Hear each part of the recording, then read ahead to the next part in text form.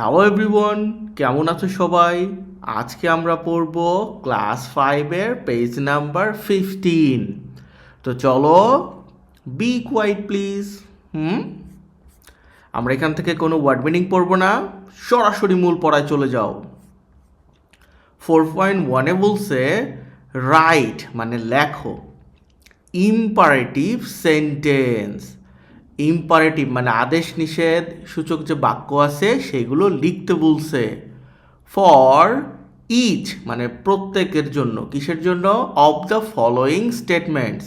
নিচে স্টেটমেন্টস দেয়া আছে, সেই স্টেটমেন্টগুলোর ইম্পারেটিভ সেন্টেন্স তোমাকে লিখতে হবে। দ্য ফার্স্ট ওয়ান মানে প্রথমটা, ইজ ডান ফর ইউ তোমার জন্য করা হয়েছে।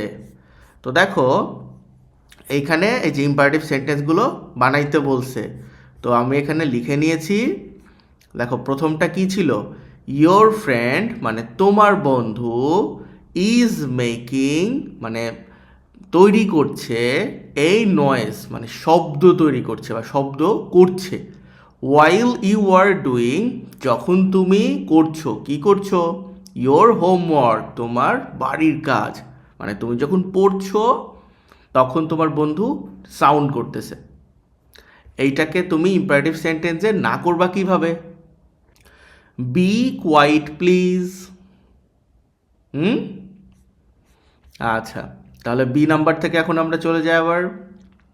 ইউ আর আস্কিং তুমি মানে করতে বলতেছো কিছু একটা, ইয়োর ক্লাসমেট তোমার ক্লাসমেটকে, টু হেল্প মানে সাহায্য করতে, ক্যারি ইয়োর ব্যাগ তোমার ব্যাগ।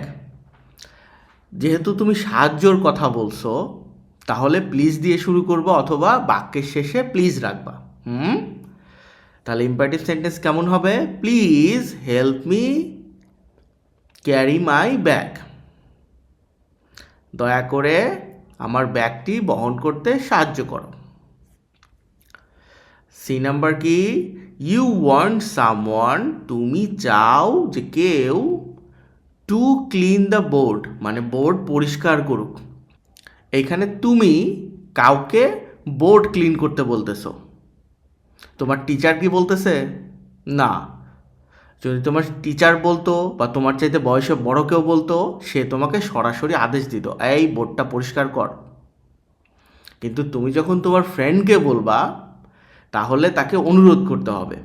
তাহলে এটাও শুরু করবা কি দিয়ে? প্লিজ দিয়ে। প্লিজ ক্লিন দ্য বোর্ড, অথবা কিভাবে হবে?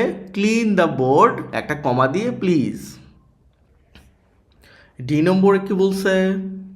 You want to play cricket তুমি ক্রিকেট খেলতে চাও, উইথ ইউর ফ্রেন্ড তোমার বন্ধুর সাথে।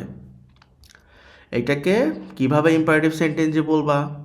কাম and play cricket with me. Please চাইলে বলতেও পারো, এখানে এটা মানে দরকার নাই।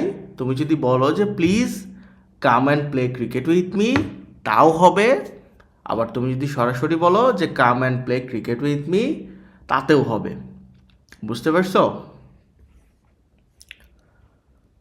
আচ্ছা, ই নম্বরে বলছে ইউ ওয়ান্ট ইয়োর ব্রাদার তুমি চাও তোমার ভাই, নট টু গো মানে না যায়, আউট মানে বাহিরে না যায়, ইন দ্য রেইন মানে রেইনের সময় বাহিরে না যায়। তোমার ভাই যদি বৃষ্টির সময় বাহিরে না যায়, তাকে সরাসরি লাইক বাইরে যাবি না, হয়ে গেছে। এখানে প্লিজ বলার কোনো দরকার নাই। Do not go out in the rain, বৃষ্টিতে বাহিরে যাবা না। তো ক্লাসটা কেমন লাগলো সাবস্ক্রাইব করে দিও। আর ভালো থেকো সবাই। তোমার কোনো প্রশ্ন থাকলে কমেন্টে আমাকে জানাতে পারো।